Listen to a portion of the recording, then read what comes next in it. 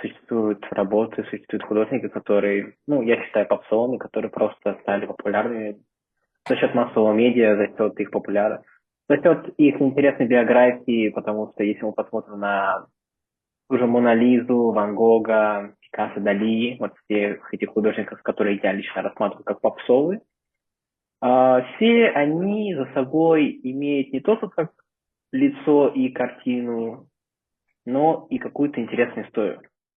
Ты не станешь известным, пока не станешь известным за рубежом. То, чтобы стать великим художником, тебе надо прожить ужасную жизнь, застрелиться, утопиться, и еще у тебя должны работу украсть раза три, и тогда вообще будешь молодцом. Это картина о том, что это только начало.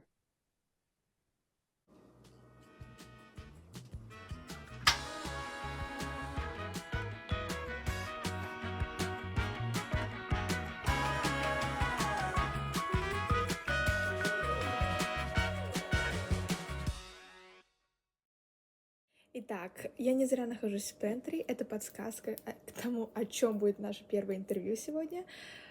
Оно не будет о еде. Итак, встречайте Руслан Шигай. Привет, Руслан. Ты сейчас уже в Италии, один уже год или семестр. Скажи, тебе помогает эта атмосфера создавать больше картин? Ты, наверное, не зря выбрал эту страну в качестве обучения. Сейчас я на Foundation Year.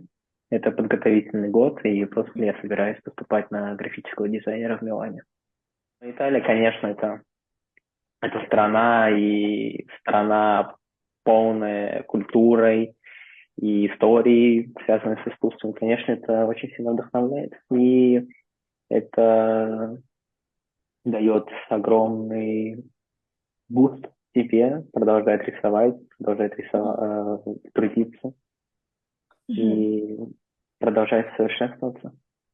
Да, еще искусство Италии, оно же принадлежит просто мировой культуре, и ты, наверное, до того, как ты туда приехал, ты уже, наверное, знал многое искусстве Возрождения, родиной которого является Италия, знаком с картинами, с художниками того времени. Конечно, и сейчас мы проходим более итальянских художников 20 века, архитекторов и дизайнеров, и теперь я знаю намного больше. То есть не только про художников Возрождения, что, конечно, в 20 веке нельзя сказать, что они прям так сильно поспособствовали мировой культуре и искусству в 20 веке, если сравнивать с 20-м, но все равно они свой след оставили. Да, понятно. Ну вот, значит, ты все-таки не зря выбрал Италию как страну обучения, потому что ты хорошо Ну, знаешь историю искусств. да, я знаю. Как ты относишься к тому, что, к сожалению, сейчас в нашей стране не обучают истории искусств? То есть в обычных школах нету программы знакомства с просто хотя бы с мировыми шедеврами того же. Возьмем эпоху Возрождения Микеланджело и Рафаэля из них. Мало кто знает их фамилии, мало кто знает их произведения. Может быть, кто-то знает просто про Мону Лизу, и это все, в принципе. Нет, кстати, когда у нас был урок истории искусств, у нас был один урок, связан с мировой культурой и с искусством. Так что мы говорили немного. Ну, конечно, это один всего урок, всего 45 минут, по сути, отдали время, и, конечно, это мало. Но нельзя сказать, что это обязательно для школы, потому что школа, это как бы она обучает всему, а на уроках рисования вас учат рисовать, а не истории искусств. А как сам предмет истории искусств, он никогда не подразумевал, мне кажется, быть именно в обычной школе. Я даже не думаю, что она есть в итальянских школах. Мне кажется, у них просто как есть история, и, конечно, так как они проходят историю Италии, как своей страны, они, конечно, акцент на искусство больше ставят. А так как по истории Казахстана мы про искусство особо не говорим, я имею в виду про живопись, потому что у нас ее, по сути, так такой нет. У нас она есть, но очень мало, если сравнивать с литературой, с музыкой, у нас ее, конечно, очень мало. А по истории всемирного искусства по истории всемирной. Э, Конечно, там слишком много информации, и уделять время всему, конечно, просто никак не получается. Ну, я бы все-таки хотела, чтобы у нас в школах преподавали историю искусств. Это То было бы есть, неплохо как дополнительный предмет. Как да, дополнительный. В субботу. Кому интересно, тот пусть приходит, потому что даже в художественной школе не всем история искусства интересна. То есть тем, кому она должна, в теории должна быть интересна. мгм, да. Но это же все равно те, кому это не интересно, они не будут этим вообще интересоваться и дальше. И, ну, есть, конечно, вариант поступать в художественную школу, но не все туда поступают. И не кажется ли тебе, что недостаточность такого, ну, недостаточность грамотности именно в истории искусства, она может приводить к тому, что многие художники современные, они рисуют картины, не зная о том, что э, такого рода уже картина существовала когда-то давно, давно-давно до него, до того, как он ее нарисовал. Такая проблема, наверное, касается больше новичков, профанов и любителей. То есть обычно таких ребят. А те, кто посерьезно занимается искусством и рассматривает себя как художник, и он считает себя, что именно рисованием, картинами он будет зарабатывать себе на хлеб, я думаю, что такой человек все-таки знает о истории искусства. Но все равно э, мне кажется, конечно, что уровень знаний у наших художников не самый большой. Но не обязан быть большим, они должны... если они считают, что уровень их знания достаточно для того, чтобы быть художником, почему бы и нет. Но я думаю, что такая проблема касается именно скажем так, людей нашего возраста, к примеру, которые рисуют так для себя, для души, то есть они не рассматривают себя как художник, и поэтому они и не интересуются историей искусства, потому что это уже совсем другой предмет. Рисование и история искусства, оно не одно и то же. То есть не всем нравится, не всем людям, которым нравится рисование, нравится история искусства. То есть мы проходим все-таки художественные предметы, которые в себя включают рисование, дизайн, фотошоп и история искусства.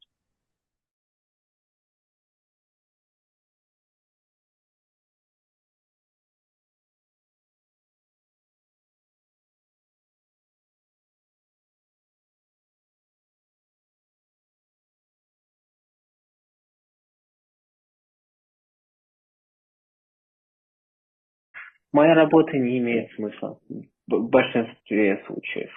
Они больше о просто какой-то любви ко всему красивому. Но момент в том, что это красиво, это то, что я считаю красивым. То, что я считаю красивым, не обязательно должно быть тем, что он считается красивым для других людей. Это такая интересная вещь. Все равно, когда мы смотрим на чьи-то работы, кто-то идейно верит в свою работу, а кто-то эстетически верит в свою работу. Я вот верю в свою работу эстетически. Я считаю, что моя работа красивая. Что я и нарисую черно-белым. Все равно черно-белые работы, они не популярны.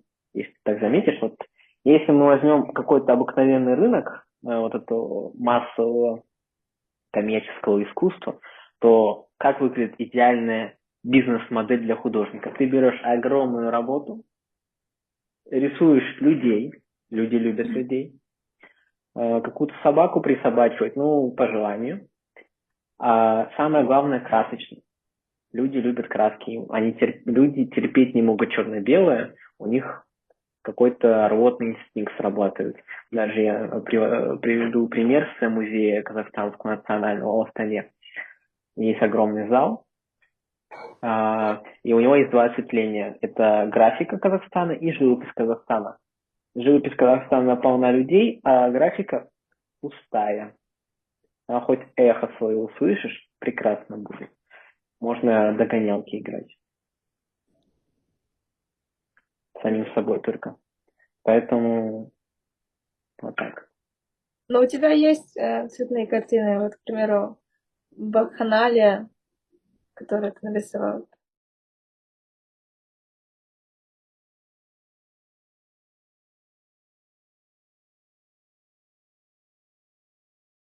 Два летающих человечка. Я ее, кстати, продал. Прекрасно. Куда? Кому? Э, Какой-то женщины из Хассаната. Хассанат — это галерея в Астане. Вау, А это может, на круто. них, да. Ну, ее вряд ли выставлять будут, мне кажется, для личной прихоти. Круто. У Как нас, ты, конечно.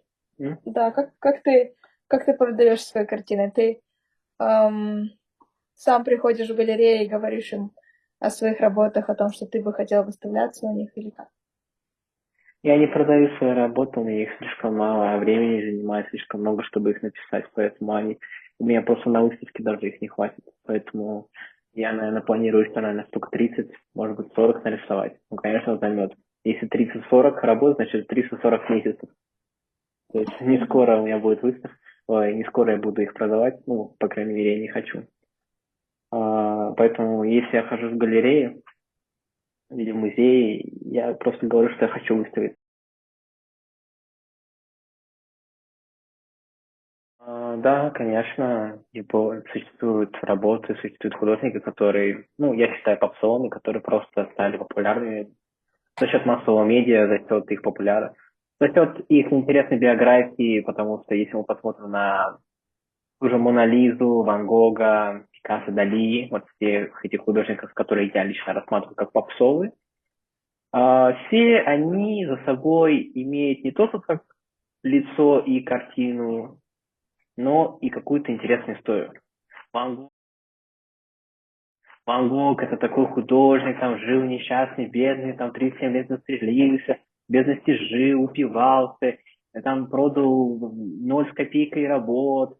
Конечно, это интересно публике. Мона Лиза. До 1911 года она была обыкновенной работой в Лувре, одна из тысяч. Нормальная работа. Но как только ее украли, все люди такие: ой, Мона Лиза, какая она хорошая, и вообще там, и все так начали про нее говорить. И когда ее вернули, все так сразу пошли в музей смотреть на Мона Лизу. И, то есть, дело не в ней, а в краже. И таких случаев, конечно, много. И поэтому многие шутят, что чтобы стать великим художником, тебе надо прожить ужасную жизнь, застрелиться, утопиться, и еще у тебя должны работу украсть раза три, и тогда вообще будешь молодцом. И если мы посмотрим на биографии обычных художников, художников было ужас как много, но многие из них прожили нормальную, спокойную, цифровую жизнь. Но про них никто не знает, потому что их жизнь никому не интересна. А работа может быть и хорошая, но жизнь была не такая же интересная, без приключений. Но людям нравятся скандалы.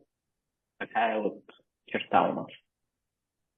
Мне интересно, что ты назвал Леонардо да Винчи и его произведение «Мона Лизу» попсовым искусством. Она попсовая. Каких ты еще назвал попсовыми? Ван Гога, потому как личность попсовая. Мгм.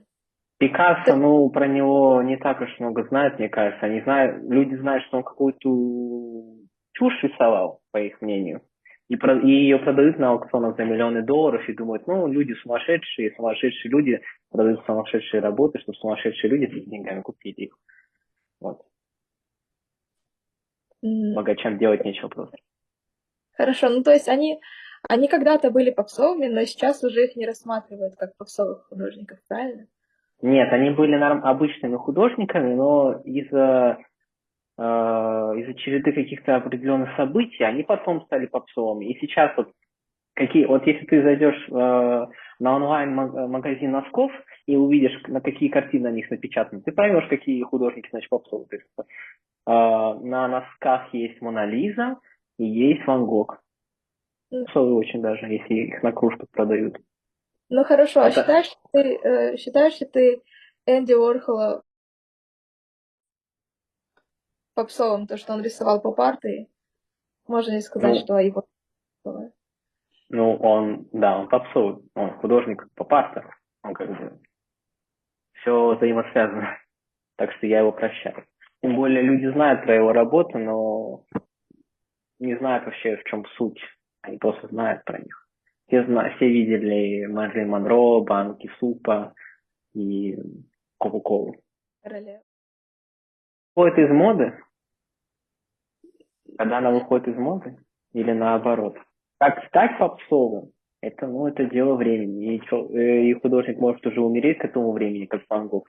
И потом он же не знает, что будет потом. Он умер в нищете, без известности, а потом бац, и такой популярный стал. А в обратно, чтобы попсовая работа стала не попсовой, ну, это когда уже художник был при жизни, возможно, он был популярным в своей среде, и он умер, а за собой след не оставил. То есть бывают такие случаи, когда художник был хороший, продаваемый, знаменитый, богатый, но он умер и после себя ничего особого не оставил в плане какого-то исторического наследства, так скажем, какой-то ценности именно. Может, он был портретным художником, да, рисовал портреты каких-то богатых людей и ничего особенного. Все равно те же самые Ван Гог и Леонардо да Винчи, они все равно, они не только за счет интересной биографии и популярности, они также популярны за то, что они все равно сделали большой вклад в историю искусства. Это нельзя отрицать. Это Ну, тоже, конечно, играет роль. Просто они и как и для историков очень важны, то есть про них невозможно не упоминать. Но и в массовой культуре они очень важны. Вот в чем загвоздка. То есть даже вот этих художников, про которые массовые медиа не знают, но и мы, художники, историки, мы про них тоже не говорим, потому что они не сделали никакого вклада во всю историю. мгм. Ну, хорошо, давай возьмем Энди Уорхола. Ты сказал, что ты считаешь его, когда он создавал свои картины, еще его при его жизни, что он считался довольно попсовым. Да, я думаю, да. Да. Э, Но сейчас ты думаешь, что он до сих пор остается попсовым. Потому что я думала, что через какое-то время эти картины и это творчество, оно может перейти в разряд больше классики и уже не быть попсовым. То есть есть такая граница, когда это было попсовым, и оно потом становится больше классикой. Нет, но Мона Лиза это тоже классика, но в то же время Да. попса. Почему она не может быть и тем, и другим? То есть ты считаешь, что может быть и тем, и другим? Ворхол можно назвать классикой 20 века уже. Да. Но и также Мгм. попсовое искусство. Мгм. Ну, попса это же неплохо, правильно? Это просто говорит о том, что работа вышла в массовое производство, вышла в массы. В этом нет ничего плохого, просто многие художники, они просто вот сидят в своей коробке искусства, да, и что-то просто из этой коробки вылезает и попадает на массового потребителя. То же самое в музыке. Есть какие-то музыканты, которые знают именно музыканты, и кто-то из них настолько популярны, что они выходят уже в массы. И так можно ко всему. Литературу, кино, бокс, Мгм. хоть спорт, правильно. Есть футболисты, к примеру, которые знают эксперты по футболу, или те, кто увлекаются футболом, а есть те, кто выпадают из этой коробки, и они становятся популярны уже для всех, даже для тех, кто не интересуется футболом. Те же Мгм. Месси или Роналду, правильно? Да. Хорошо. А как ты относишься к таким случаям, когда художники они пользуются техниками, к примеру, импрессионизма, но в сюжет они вставляют, они как бы переделывают сюжет на современный лад. То есть эта картина написана в стиле импрессионизма, но там какие-то, к примеру, смартфоны или какие-то современные сюжеты, и эти картины, они пользуются успехом, потому что они сделаны в знакомом стиле, в стиле импрессионизма, который уже публика, она уже видела эти картины до этого, и они... Как ты считаешь, это поэтому они пользуются таким сильным, так- таким сильным успехом? И это ли причина, по которой они стали популярными? Как ты относишься к тому, что они эксплуатируют стиль? И считаешь ли ты, что если они так делают, то у них нету своих новаторских идей, новых идей? Не все художники в своей жизни создадут что-то новое. Такая жестокая реальность, правильно? И каждый будет кому-то подражать. В этом нет ничего необычного. Многие художники, даже старые, они вдохновлялись другими мастерами и использовали их техники как свои. Но, как ты уже сказал, они используют их уже под свое время. Я не думаю, что это что-то плохое.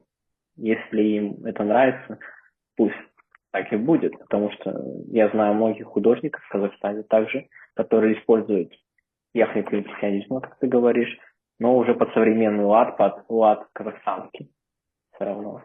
Тоже про Курдавай, говорят про Наурыз, про другие казахстанские праздники, рисуют казахстанские пейзажи и казахстанских людей, также со смартфонами, с нашими небоскребами. Я не думаю, что это что-то плохое. И опять же, не все художники создадут что-то новое в своей жизни, в жизни, в жизни истории. Мгм. Отличить можно, если проанализировать все равно, какие тематики выбирали те или иные художники. Все равно Мане это вот пейзажи, у него всегда про цвет, про тень, про здание. А тот же Мане, мне кажется, у него вот людей побольше будет, чем у Моне того же самого. Но они имеют бешеный коммерческий успех. Как ты думаешь, почему такое происходит? А, ну, это происходило всегда и будет происходить. То же самое во времена, опять же, того же Ван Гога возьмем. Были и другие художники, которые рисовали в то же время, что и он, рисовали коммерческое искусство. Это давало спрос, конечно, потому что вот возьмем, окей, хорошо, вернемся в наше время и поговорим специфично именно про Казахстан. У казахстанских людей, скажем честно, у них очень низкий процент людей, которые разбираются в искусстве, правильно? Это раз. Меньше людей, которые разбираются в искусстве, меньше людей, которые разбираются в искусстве и у которых есть деньги. И есть люди, у которых есть деньги, но они не разбираются в искусстве. И по тем или иным причинам они просто покупают вот это коммерческое искусство. Так всегда было. И оно будет так продолжаться и решать эту проблему. Мне кажется, не то, что бесполезно, это просто как часть жизни, часть художественной жизни, что будет существовать такое искусство коммерческое, и его будут покупать для массового зрителя. Мгм. Понятно. Вот если взять, можно сделать такой контраст и взять картины итальянских художников эпохи Возрождения, и мы видим там внимание к деталям, то, что там хорошо прям детально прорисованы драпировка, ткань, все очень реалистично, цвет кожи. И, и кажется, что эта революция в искусстве, она произошла, наверное, во время импрессионизма, да, как ты считаешь, когда все-таки в эпоху Возрождения люди рисовали больше в замкнутых пространствах помещений, это были больше натюрморты, или они приглашали людей просто в студию и рисовали их прямо точь-в-точь, деталь в деталь. И потом в импрессионизм уже художники вышли на улицу, и они пытались рисовать то, что они видели, они пытались поймать солнечный свет, все эти лучи, и показать все это живо в деталях. И мы можем просто провести параллель, да, между Рембрандтом, где это все было в помещении, все было очень детально, и теперь сейчас, когда это где-то с 20 века, когда началась мода на абстракционизм, когда началась эта эпоха. Как ты думаешь, когда этот переход прошел? Потому что это все-таки очень резкий переход. Ты видишь абстракционизм, и ты видишь Рембрандта, и у тебя не сходится в голове. Как так? И, Возрождение это 14-15 век, Да. ну, 13, правильно, а импрессионизм это 19 век. И, конечно, за это время много чего изменилось. Во-первых, конечно, самый важный фактор это создание фотографии. Мгм. Это первое. Больше нет нужды, по сути, в реалистичном изображении мира. Можно сделать фотографию, да, пока что черно-белую. Да, возможно, это занимает времени, но не так много, как написание картины. И, во-вторых, это просто обыкновенная нужда самих художников. Им казалось, что они хотят перемен, они хотят чего-то нового. И также создание красок в тюбиках повлияло на то, что люди начали выходить на улицу и рисовать пейзажи. До этого пейзаж это был очень непопулярный вид искусства, тематика. Да, в 20-х годах мы уже видим, что там тут вам и Малевич, и Кончаловский, и все. И абстракция, это все, конечно, очень отличается. К абстракции, ко всему этому, к Малевичу, к тематизму, тут такое дело. Опять же, у людей обыкновенная нужда в переменах. Они чувствуют, что уже что старое. Вот с импрессионизмом там тоже пожил недолго, его сменяет экспрессионизм, потом экспрессионизм тоже сменяет, появляется кубизм, и в 20 веке просто происходит бум стилей, потому что люди понимают, что они могут наконец-то рисовать, как они хотят, как они чувствуют, вне зависимости от техники и какого-то либо финансового успеха их работы. Они как чувствуют, так и рисовали. Все равно эти художники, которые рисовали в абстрактном стиле, они считали, что то, что они делают, это правильно. И как это происходило, наверное, я объяснил. То есть это просто была нужда человеческая, нужда художника. И почему так же. А почему это спрос? Если вопрос будет, как это так получилось, что люди начали это покупать. Импрессионистов не любили поначалу, конечно, их не понимали, но все равно всегда находился какой-либо человек в этой куче, куча людей, которые не понимали, но всегда находился хотя бы один, который понимал, и он покупал это. И это даже были и русские купцы, и американцы тоже покупали. И, конечно, это давался плод. То есть художники понимают, что есть люди, которым это нравится. Те, кто тоже понимают, что они хотят сказать своим искусством. Кубистов тоже. Пикассо его не сразу начали покупать. До тех, кто пока не появилась Гертруда Штайн, которая оценила его работы и уже начал его покупать еще до кубизма. Я немного ошибся. Его уже начали еще немного до кубизма, но все равно знакомство со всеми этими людьми, которые начали понимать их искусство. И потом абстракционизм.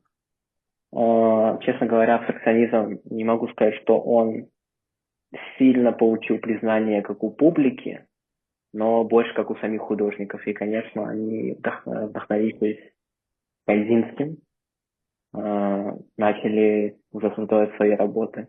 Потом уже последовал абстрактный экспрессионизм, который уже заимел популярность. Потом уже пошел поп-арт, который тоже получил свою популярность. И уже Да, скажи, в какой стране зародился поп-арт? поп-арт в Британии.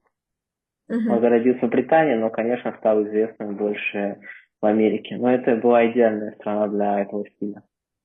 Про это Почему? массовая медиа, про рекламу, реклама, комиксы, ток-шоу, шоу-бизнес. Celebrity Америка подходила просто идеально под этот стиль. Художники поп-арта из Италии, они говорили про Америку. Так что и британцы сами говорили про Америку. Так что это было просто... Было очевидно, что художественное течение именно там вырастет во что-то большое. Мгм. Ну хорошо. Расскажи про выставку 010. Ходила в Москве, если я не ошибаюсь. Казимир Малевич выставил свой черный квадрат впервые. И, На месте, конечно... где должна быть икона. М? На месте, где должна была быть икона. Да, он его выставил в красном углу. Тут, там обычно христиане кладут свои иконы. Это была смелость. Все равно представь себе, если бы у нас что-то такое могли сделать. Все равно еще надо учитывать, какое это было время. Это была Российская империя, правильно? То есть Да. консервативная публика все равно и до этого какое искусство. Еще надо понимать, что было до этого. Какое искусство было до Малевича и его черного квадрата. Это была классика. И, конечно, это был шок для всех.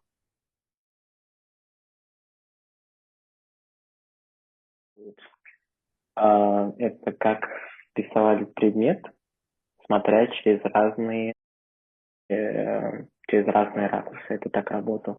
И как бы ты смотришь через разные ракурсы, и у тебя работа просто делится на грани. Это так работало. Не просто пытался квадратики и треугольнички. То есть ты можешь Это, посмотреть на предмет с разных перспектив, да, с это разных так сторон. работало. Мгм. Мгм.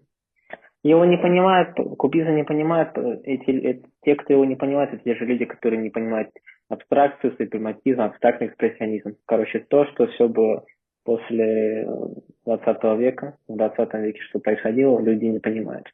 Так что, а те, кто понимает, они понимают и остальные стили тоже. Это Да. просто дело, это просто образование. От слова супримус, наивысший. Дело, что в чем вот, давайте расскажем, в чем смысл черного квадрата. Малевич считал, что супрематизм, черный квадрат, это как бы это ноль форм, это конец. То есть мы уже все нарисовали в этом мире, что уже ничего не осталось, только вот эта пустота, вот эта чернота, вот этот черный квадрат, это единственное, что у нас осталось. Это пик искусства. Дальше после этого ничего не будет. Но, конечно, будет после этого.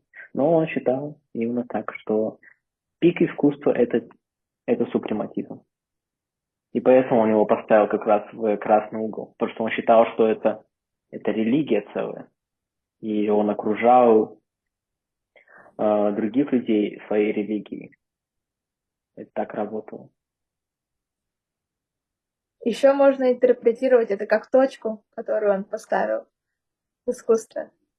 Как ты Да, сказал, что все великие картины уже нарисованы, и этим черным квадратом он хотел поставить точку. это движение, созданное поэтом по имени Маринетти. В чем заключается футуризм? Футуризм – это о движении. Новое время, новые технологии, и человечество прогрессирует. И, конечно, футуризм очень сильно вдохновлен еще кубизмом, и футуристы, они говорят как я уже сказал, о прогрессии, о скорости, технологиях. Они рисуют машины, они рисуют здания, они рисуют движение. Они рисуют человека как воздух вот этого нового мира просто обволакивает этого человека. Они говорят об этом. Они говорили об быстроте времени, о войне. Также они писали манифесты, они были за войну. Была работа, где они хотели захватить Австрию, чтобы Италия захватила Австрию. Такие были ребята. Но интересный момент, что как только война началась, и, конечно, эти художники увидели всю грязь, всю мерзотность войны, после нее многие художники отказались от этого движения.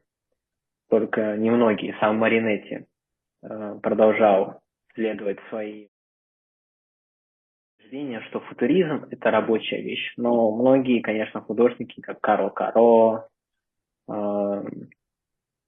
Пачони, он вообще погиб на войне.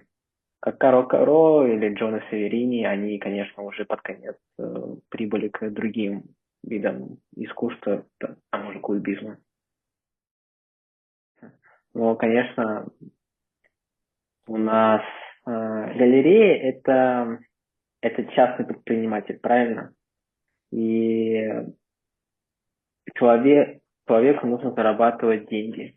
Ему нужен какой-то профит с выставки. И каждая выставка должна приносить какой-то доход. И поэтому организаторам, кураторам просто выгодно брать каких-то художников, которые они понимают, что они будут хорошо продаваться. Мои работы не будут продаваться, это просто понятно. Они маленькие, черно-белые. Такие работы людям меньше всего нравятся. Так что это просто выгодней выставлять большие красочные работы. И я пытался выставляться, то есть я отправлял свои работы в галереи, разные самые, но нам всегда говорили, вам перезвонят. Ну, так всегда происходит. Потому что они понимают, что мои работы не коммерческие, и второе, наверное, для них слишком молодой, они говорят. Вы слишком для нас молодой. Ну, и не знаю, когда мне будет 40, может быть, тогда я выставлюсь, кто знает. Вот так. И также играет момент, что у меня нет какого-то интересного бэкграунда, потому что если ты зайдешь на какую-то выставку и будешь читать биографии художников, они всегда похвастаются тем, что они выставляли за границей. Ты узнаешь, что у нас в Казахстане такая веселая тематика, что ты не станешь известным, пока не станешь известным за рубежом. У нас не признают как-то человека, который просто вот хочет сделать свою первую выставку. Они как-то не хотят поспособствовать тому, чтобы их первая выставка художника была именно у них. Ой, нет, ну давай ты сначала съездишь, там, не знаю, в Китай, в Америку, в Италию, и, может быть, мы тогда тебя примем. Что это такое? Я для вас я не достоин вас, не достоин вашей галереи, что я должен сначала в Италию съездить и там выставиться, и потом возвращаться и такие, ой, какой вот хороший парень. Хотя работы будут те же самые, но так как у меня написано в графе, что я был в Италии, они такие, ой, Эвер. И, конечно, это плохо, это грустно, но, конечно, понять их можно. Потому Ну, что, а в Италии ты сможешь выставиться? кто знает, кто знает. У меня просто тут галереи особо нет, и все равно устраивать выставку это вещь затратная. Если ты все будешь сам оплачивать, мне нужно оплачивать рамы, мне нужно оплачивать стекло или пластик, который будет покрывать мои работы, так как они графические, и они могут быть испачканы, на них могут облить воду, и они испортятся. Живописная работа такой угрозы у них нету, потому что это живопись, она засыхает и все. Ты только кислоту ее облей, но это редкий случай. Кажется, такое возможно в одном случае, если ты будешь, если все это происходит через университет, то есть если у университета есть галерея, и они выставляют туда своих студентов. То есть, к примеру, в моем университете у нас есть 2 галереи, и туда принимают работы всех студентов, даже тех, кто не, у кого art это не major, которые вообще просто берут уроки рисования в школе и все в университете. То есть, мне кажется, такой путь, он правильный, когда ты не один сам пытаешься найти выставку, а когда ты действуешь через учебное заведение, и когда оно тебе может помочь и предоставить ресурсы, помещения, и, ну, в общем-то, да, ресурсы — это самое главное. Ну, если... Не, насчет помещения я не переживаю, мне кажется, это самое легкое. Самое тяжелое это оформить работу. А в Казахстане, ты не знаешь, в Казахстане университеты или школы, они могут сделать выставку и сами как бы сделать рамочки и все для картин. То есть чтобы от студента требовалась только картина. Упростить А, жизнь студентам. Ну, я не думаю, что в школе есть какие-то гении. Еще, ну, мне кажется, они еще не доросли до того, чтобы там устраивать какую-то мега-выставку. Ну, к примеру, когда я выставлялся в школе, не говорю, что я гений, но просто так сложилось. Наш учитель просто наклеил мои работы на бумажный, на другую бумажку, типа ранка получилось, пожалуйста. А в университетах, я не знаю, никогда не учился в казахстанских университетах, не могу У сказать. тебя есть картина, которая называется Self-Esteem. Там человечек стоит с короной. Мгм, И много всего происходит вокруг него. мгм. Когда я увидела корону, я просто вспомнила Баскиа. Это футболка, которая на мне сейчас, коллаборация Uniqlo и Баскиа. И здесь, мне кажется, у меня даже где-то есть эта корона. Да, я знаю эту работу. Да, Нет, у него это, много работ с короной. Я, кстати, не думал об Аске, честно говоря. Вот честно. Совпадения бывают, может быть, где-то внутренне, знаешь. Порой бывает, что ты неосознанно что-то рисуешь. И это похоже на какого-либо художника, которого ты когда-либо видел. Такое тоже бывает. Ну, я просто нарисовал корону такую типичную, как в детском рисунке. что вообще эта картина означает? Здесь человек. И, честно говоря, тяжело понять, что происходит вокруг него. Self-esteem– это самооценка, правильно? У некоторых людей она просто выше крыши. И наш главный герой на этой работе– это как раз человек с очень высокой самооценкой. У него есть корона, он сам выглядит как статуя, выполненная каким-либо скульптором.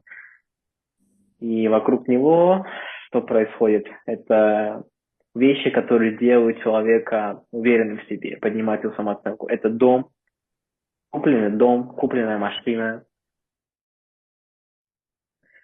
а, я не знаю, лимон как миллион, правильно? Да. И остальные вещи, я, честно говоря, уже не помню, что там происходит. Но дом, лимон, машина, корона. Самооценка выше крыши. Вот так это и работает. И у него есть бейджик, кстати, на шее, если ты посмотришь, увидишь. Эту работу я как раз нарисовал после нашего TED-толка. То есть это немного обо мне тоже, потому что когда я пришел домой, и я увидел, что у меня вот этот значок есть, где написано «Руслан Шигай, спикер TED-толков Холли Берри», у меня как самооценка поднялась, я подумал, блин, какой класс. Так что это и обо мне тоже. То порой я воображаю, что такой прям молодец. Ну, конечно, все эти вещи под конец не так уж важны. Ну почему? Они важны, потому что ты сам это находишь, ты сам это делаешь. И ты это делаешь не потому, что тебе кто-то это говорит, а потому что тебе это действительно интересно. Что что-то непохвально в это. Нет, это да, но, к примеру, машина, дом и миллионы– это такой стереотипный план успеха.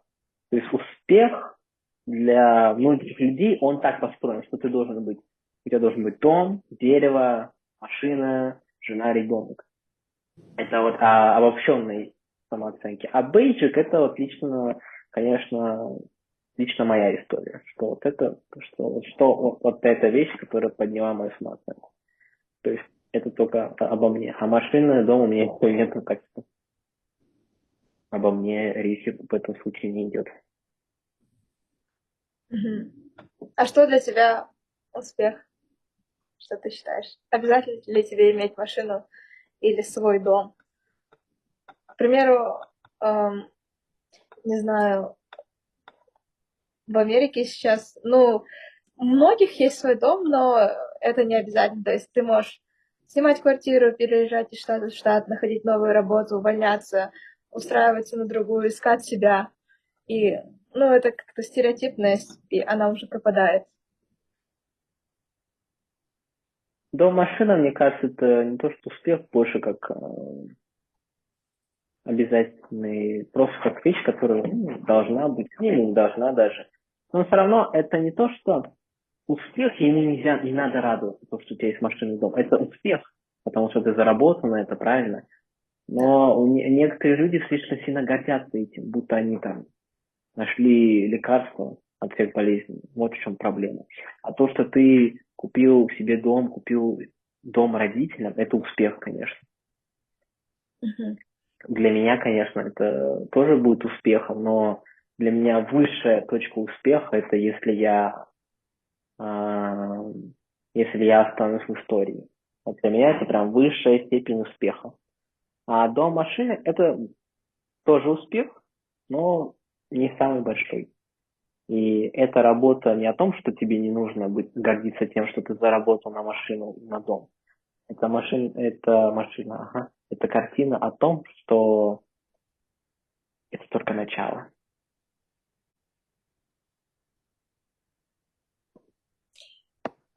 Другая картина, которая называется Harmony, гармония.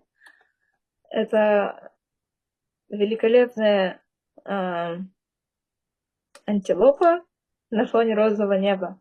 Что это за сюжет? Я еще даже вижу пирамиду. Столько всяких культурных пересечений. Честно говоря, я уже не помню, как переводятся эти иероглифы. Это был такой у меня период, когда я хотел быть типа умный, типа глубокий, вот таким. Использовал там непонятные, незнакомые мне языки. Я уже не помню, что я там читал. Вот честно скажу. Мгм. Я уже перестал так делать, потому что считаю, что глупенько немного. Ну, лично я так считаю. О, в чем Мгм. эта работа? У нас на работе двое персонажей. Один человек, который указывает на солнце, на красное солнце, двумя пальцами, он еще вот так на камере сидит. И он показывает это людям. Люди вот там из юрты как раз выходят и смотрят на это огромное нечто. И он там говорит, вот солнце, смотрите, там вы должны там поклоняться ему, вы должны там бояться т.д. и т.п.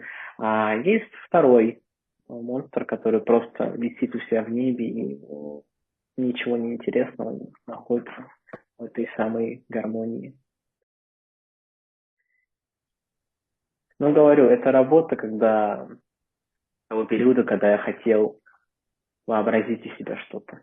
Хотел там показаться умным. Честно говоря, не думаю, что меня эта тема настолько сильно интересовала, что я бы написал бы работу. Немножко, может быть, но не сильно. Не скажу, что я был максимально честен, учитывая еще эти иероглифы. Мгм. Но по композиционно мне она все еще нравится. Вот это скажу, да. Пока что, да. Бывают работы старые, вот у всех бывает, что тебе не нравятся твои старые работы. Работа довольно старая, но мне до сих пор вполне нравится. Я бы, конечно, что-то поменял бы, но мелочи. Мгм. Да, композиция отлично. Я сначала, честно сказать, я не поняла, что это какое-то создание, какой-то монстр, который сидит в позе лотоса. Я не понимала эту фигуру, которая находится сверху, в небе. У тебя есть еще картина «Тоска», кажется, Мгм. так, да, переводится. Почему? Почему тоска? Вроде есть и пианино, и, ну, и дом где-то вдалеке видно, и самолетики летают.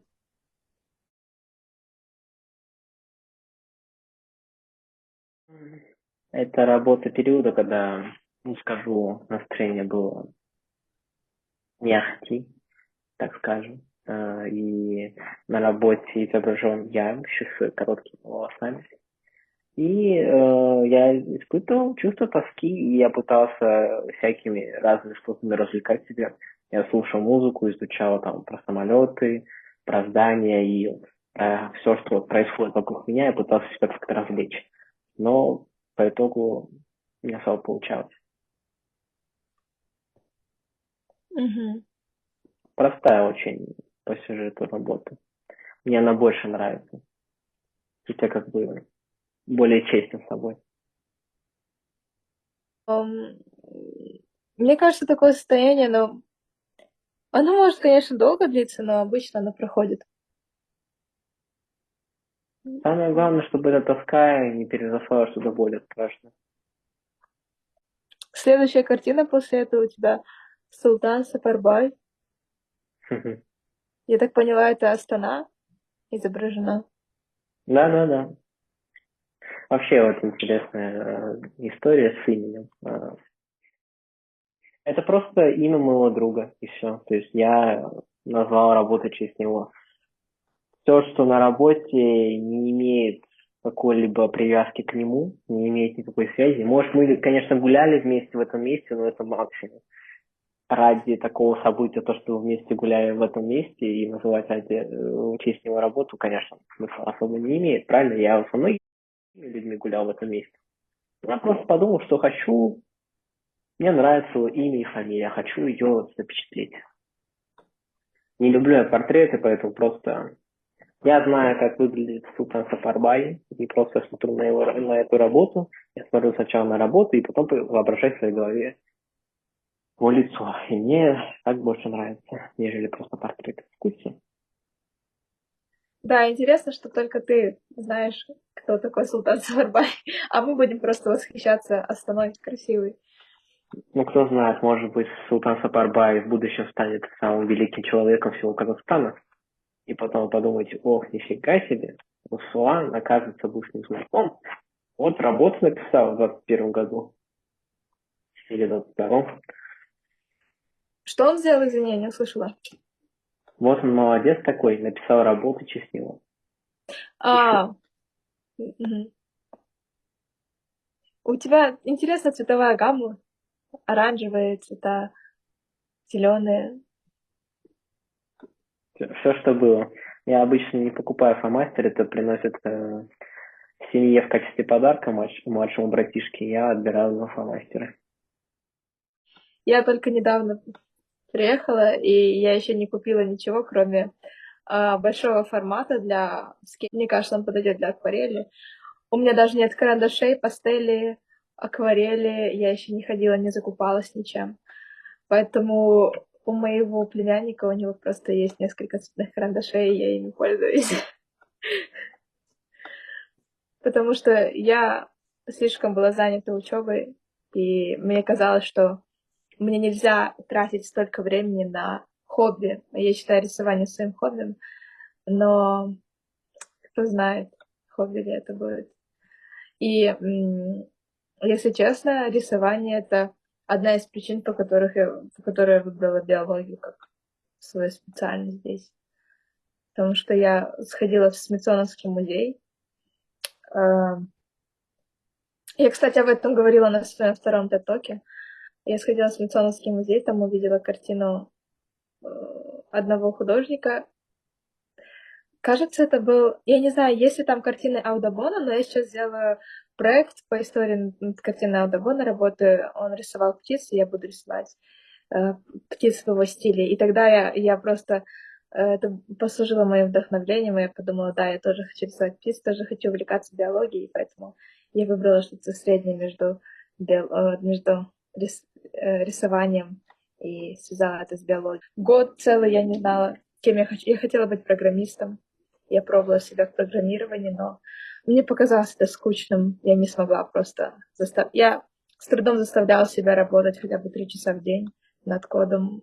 Но это было очень тяжело для меня. Да. Хотела уйти в музыку, э, тоже потом передумала. Но я долго хотела быть в музыке где-то. Долго себя в этом видела.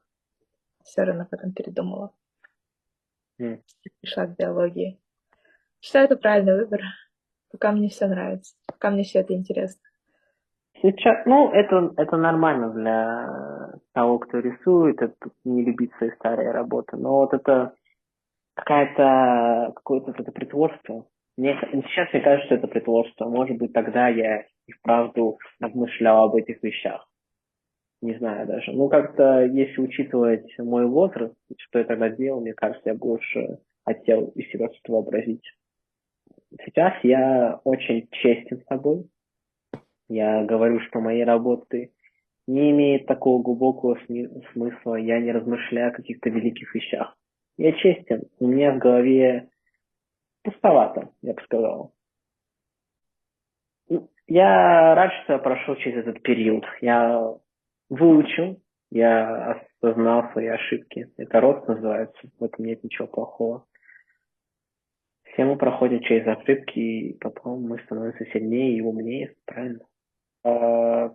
Прошел этот период в таком возрасте, в юном. То есть в таком возрасте позориться не страшно. Все позорятся в таком возрасте. А если бы я такое делал, когда мне было бы лет 25, тогда было бы стыдно очень. Так что я рад.